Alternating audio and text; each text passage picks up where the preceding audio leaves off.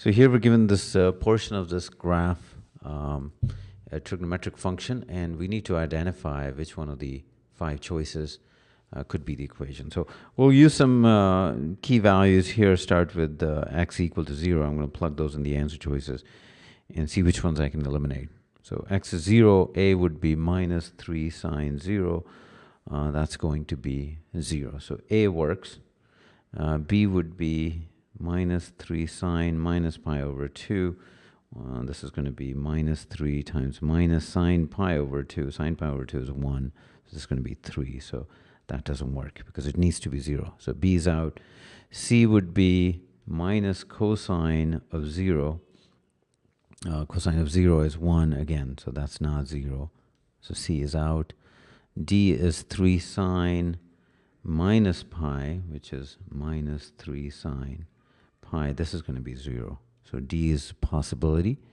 E would be 3 cosine minus pi over 2, and that's going to be 0.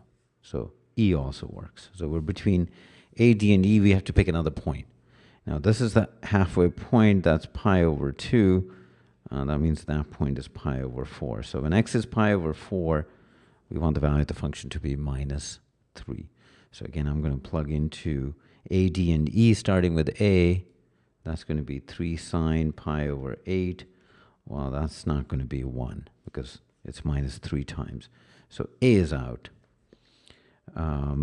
D is going to be 3 times sine.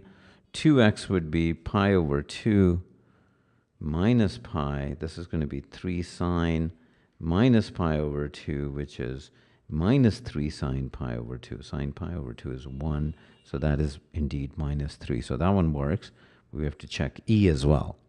So that's going to be 3 times cosine pi. 2 times pi over 4 is pi over 2 minus pi over 2. This is 3 times cosine 0, which is 1. So that would be 3 instead of minus 3.